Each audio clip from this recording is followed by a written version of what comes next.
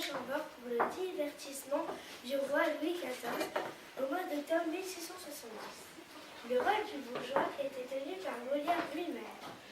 Nous sommes en 1670 dans la jolie maison de M. Jourdain, un riche bourgeois de Paris qui a fait fortune. Il vit dans cette jolie maison avec sa femme, sa fille Lucille et sa servante Nicole. Mais sa richesse ne lui suffit pas. Il veut devenir un homme de qualité, c'est-à-dire faire partie de la noblesse.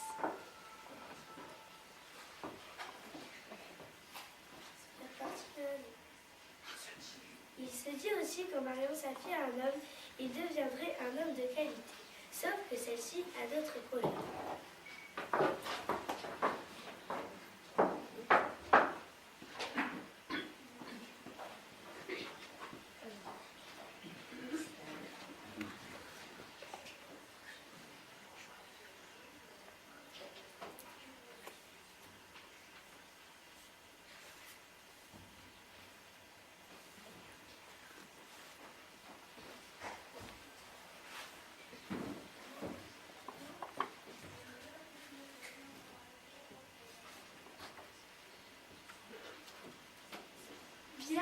Bien, cela ira. Et bien, mon cher ami musicien, quelque chose de nouveau? Oui, je vais mettre en danser une sérénade que notre homme nous a commandée pour ce réveil, ainsi un menuet qui nous a commandé pour son repas. Nous sommes désormais fort occupés, vous et moi, depuis que nous sommes entrés à son service. Oui, nous avons trouvé l'homme qu'il nous faut, Monsieur Jourdain, avec les qualités de noblesse qui s'est mise en tête. Il nous verse de bons salaires. Il est à souhaiter que tout le monde fasse comme lui. Quel dommage qu'il ne soit pas capable d'apprécier notre travail à sa juste valeur. Cela est vrai, il n'y connaît pas grand-chose. Quel supplice de se produire pour des sots, moi qui mets tant d'ardeur à mener l'art de la danse au plus haut. Cependant, vous acceptez fort bien l'argent que notre homme vous donne.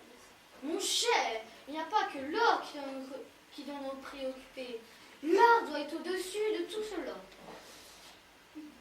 Acceptez fort bien que l'argent que notre homme vous donne.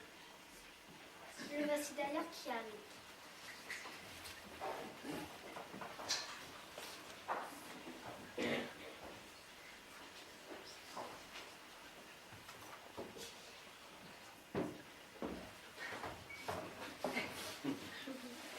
Eh bien, monsieur, me ferez voir votre petite drôlerie? Comment? Quelle petite drôlerie? Eh bien, comment tout cela? Ah oui, votre prologue ou dialogue de chansons et de danse. Le musicien n'attend plus que votre âme. Allez, je vous prie.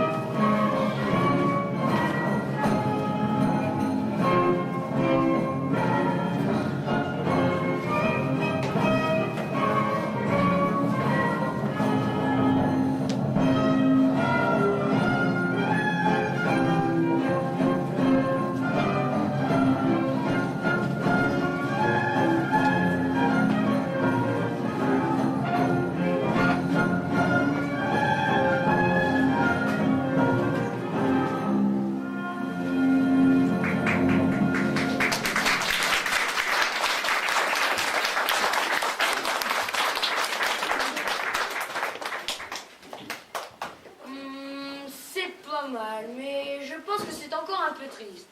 Votre morceau gagnerait beaucoup si vous lui ajoutiez une trompette marine.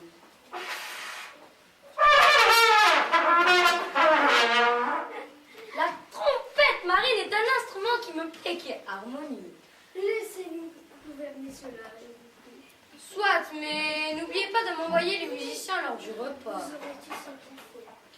Allez, je vous prie, vous pouvez prendre congé.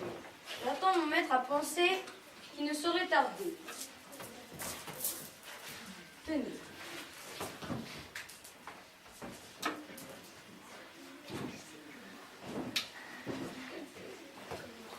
Nicole!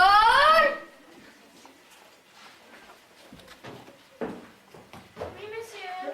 Il est temps de nous apprêter pour la journée. Bien, monsieur.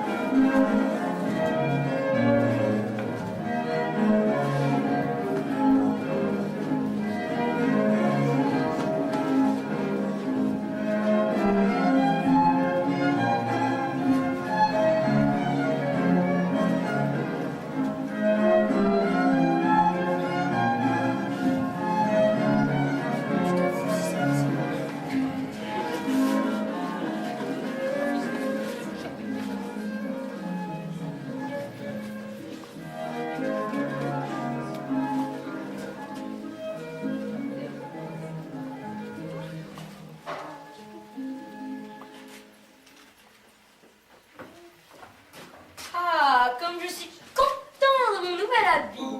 Mon tailleur m'a dit que les gens de qualité en portaient.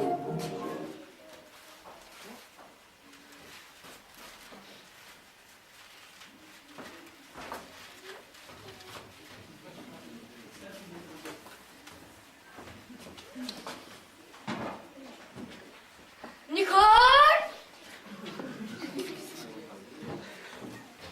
Oui, monsieur. Rien, c'était seulement pour savoir si vous étiez là. Il a, monsieur. Fort bien. Savez-vous ce que fabrique mon maître de philosophie? Oui, je crois qu'il est encore en retard. Ah, j'en diable au diable philosophe.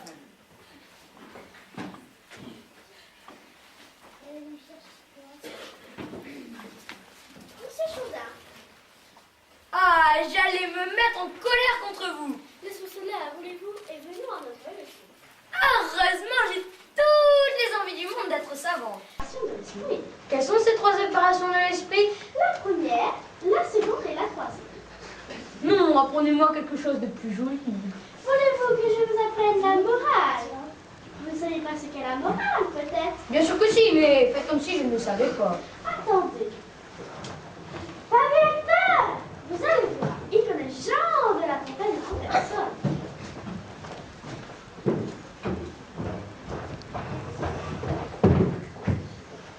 Venez, je vous présente les ravis lecteurs. Alors, pas le lièvre et la tortue, car faut célébrer. Oui, le corbeau et le renard.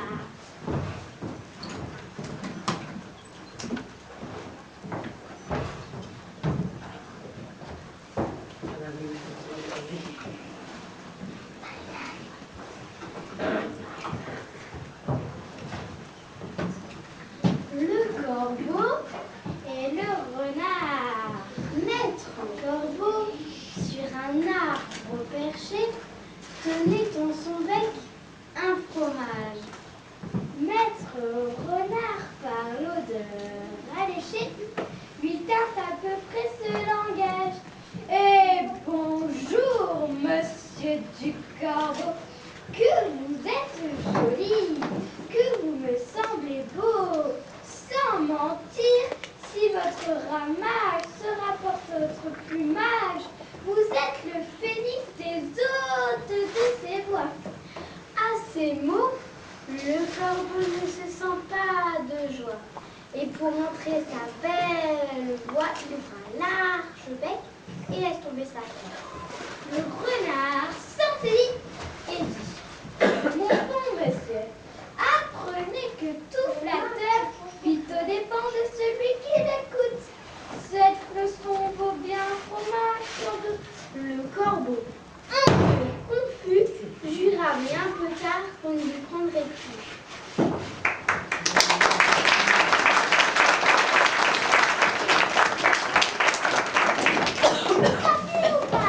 Alors, vous avez compris ce qu'est la morale? Oui, mais ce point non. Bien, que voulez-vous que je vous apprenne alors? Je veux bien savoir parler comme les gens de qualité. Ça, c'est du ressort du maître des lettres. Alors, faites-le appeler. Bien, monsieur.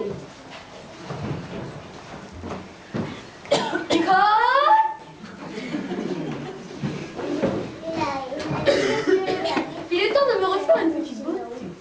Votre visagiste vous attend dans le petit salon. Fort bien, j'y vais.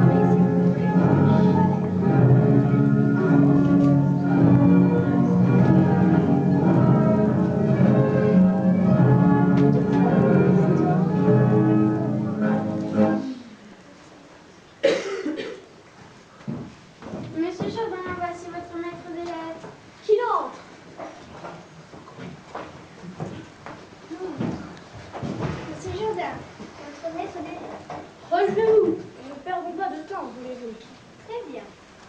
Je crois savoir que vous désirez parler comme agentienne. C'est cela. Bien. Alors commençons par prononcer les moyennes. Vous connaissez les 5 moyennes. A, E, I, O, I. J'entends tout cela. Allez! Je ne vous déplace jamais sans délai.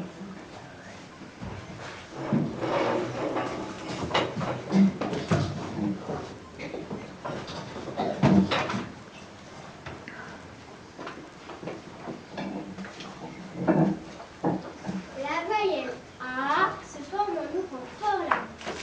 A, A, A, Oui. A, oui.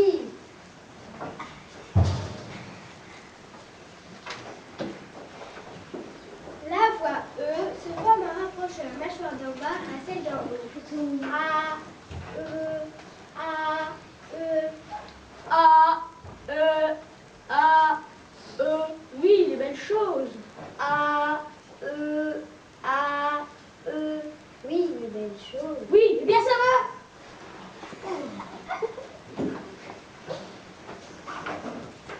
Vous pouvez ajouter une consonne comme la lettre D qui se prononce en donnant du bout de la langue au-dessus des dents d'oreille. Da, da, de, Da, de. Oui, les belles choses.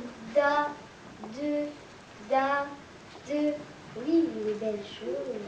Ça suffit maintenant. Les dites cessez. Il vous aide, monsieur. Il est là. Non, ça me déconcentre.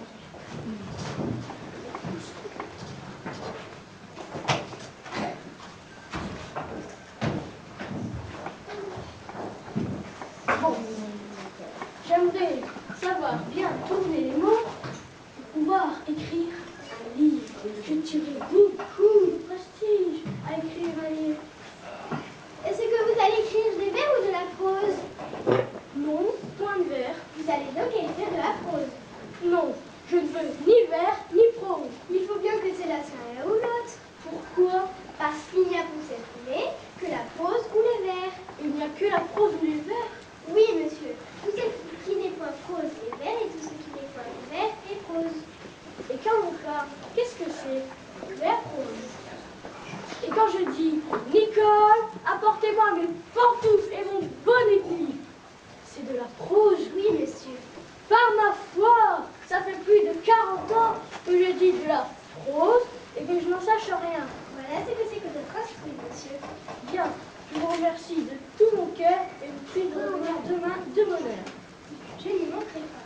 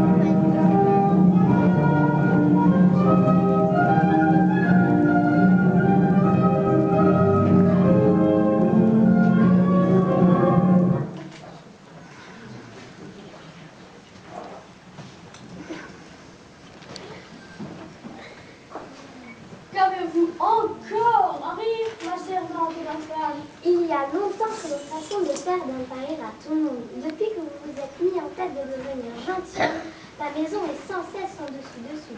Madame, parlez bien. Je ne suis plus capable de garder mon ménage propre depuis que vous m'êtes à parler, ou bien à danser, ou à penser. Viennent crotter nos beaux planchers. Notre servante, Nicole, a le caquet bien affilé au paysage. Nicole est pleine de bon sens. Je me demande ce que le français fait d'un maître à penser à l'âge que vous avez. Et d'un maître à parler qui nous apprend comme à la petite école. Taisez-vous, ignorante. Pour devenir gentilhomme, il faut savoir bien parler. Par exemple, savez-vous ce que vous dites maintenant? Je sais que ce que je dis est très raisonnable. Je ne parle pas de cela, non. Le langage où nous parlons, qu'est-ce que c'est? Je ne sais pas. C'est de la prose, ignorante. C'est de la prose. Bravo, cela vous sera très utile pour mener vos affaires. Et toi, dis comment il faut faire pour dire A? Comment? Dis un peu A pour voir. Eh bien, A. Mais qu'est-ce que tu fais? Je dis A. Mais qu'est-ce que tu fais quand tu dis A? Je fais ce que vous me dites de faire. Ah, l'étrange chose que d'avoir affaire à des ignorantes. Vous devriez plutôt oublier ces sottises et songer à marier votre fille qui est en l'âge de l'être. Je songerai à marier ma fille. Un bon parti se présentera pour elle. Je vous laisse à votre ignorance. suis désolée pour Lucille, ma pauvre fille. Je crains que mon mari ne veuille pas qu'elle épouse Cléonce. Pourquoi cela? Parce qu'il n'est pas gentilhomme. Pourtant, vous savez, ils s'aiment tous les deux. Je suis du même avis que pour madame. Je vais essayer de régler cette affaire.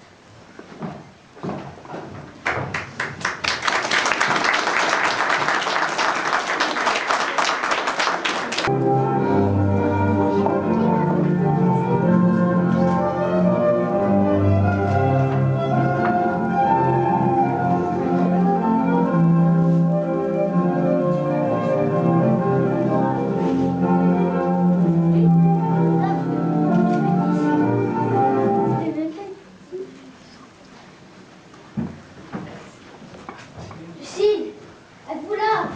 Lucille, est-ce bien votre voix que j'entends? Oh Lucille, 2 jours sans vous voir, c'est pour moi 2 siècles. Et pour moi 2 éternités. Un simple mot de votre bouche et mon cœur s'enflamme. Je voudrais tant que notre rêve puisse devenir réalité. Je suis prêt à surmonter tous les obstacles pour obtenir votre main. Ma mère s'entretient présentement avec monsieur mon père dans l'espoir d'influencer ses sentiments. Justement, ils arrivent. Enfin, Cléon, voilà. Je crois que l'instant est bien choisi pour faire notre demande. Ah, madame, quand vos paroles flattent mon désir.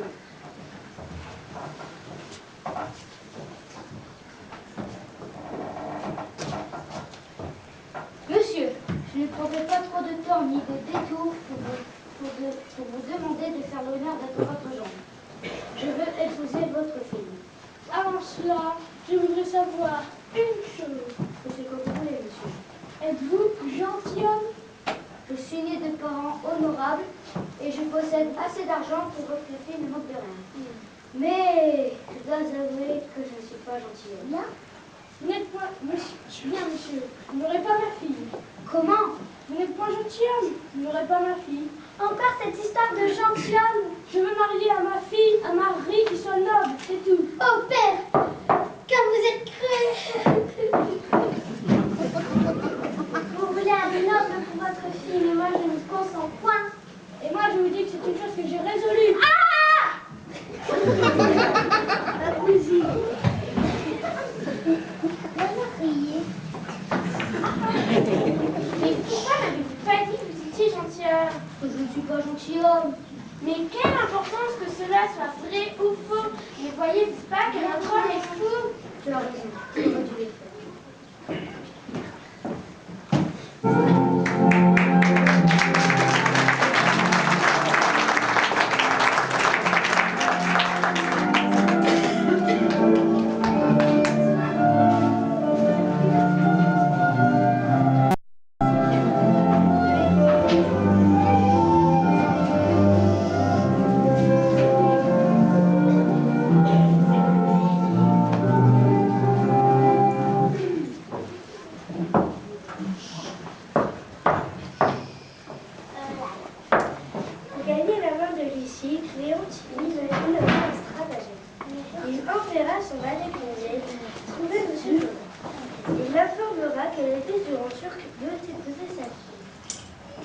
Mais pour que le mariage marche, il faut que M.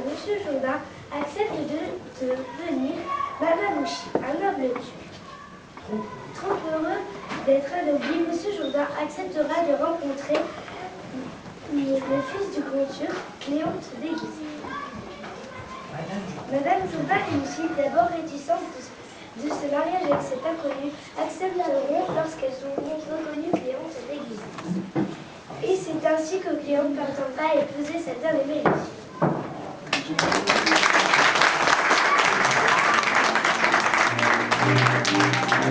Lucille.